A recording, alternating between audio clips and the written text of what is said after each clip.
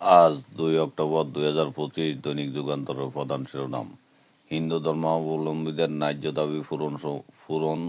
দাবিসমূহ পর্যায়ক্রমে পূরণ করা সম্ভব মাহফুজ।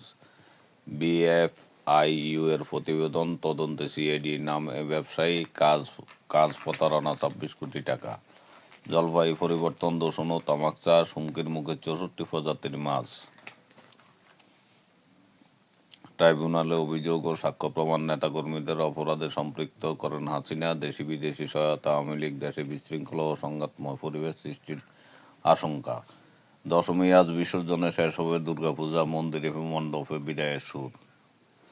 প্রস্তাব অনুমোদন, অর্থ উপদেষ্টার নতুন মিশন হচ্ছে ডাবলিন, বুয়েন্স ও মিশিগানে। ডেঙ্গুতে মৃত্যু বেড়ে 200।